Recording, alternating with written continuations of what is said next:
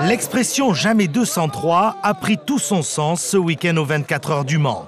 3e participation et 3e place sur le podium pour Rechad de Gerus, sous le regard attendri de son père, l'un des artisans de cette victoire.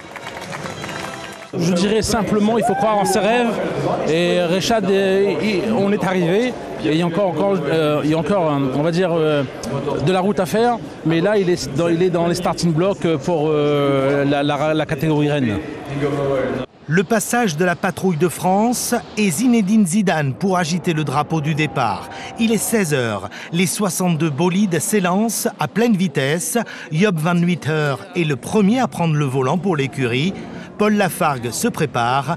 Rechad de Gerus assure enfin le relais après 3h45 de course. Il faut d'ici là gérer l'attente et toujours garder un œil sur la course. Il y a un peu de vent qui parasite un peu le comportement de la voiture dans certains virages. C'est pour ça qu'on va faire attention à ça. Mais voilà, honnêtement, je me sens bien. La course, elle est longue, donc tout va bien. Parti en 2e ligne, l'Oreca 28 perd quelques places avant que la nuit s'installe et que la pluie s'invite sur le circuit. Les conditions deviennent alors très difficiles. La course est neutralisée pendant près de 4 heures.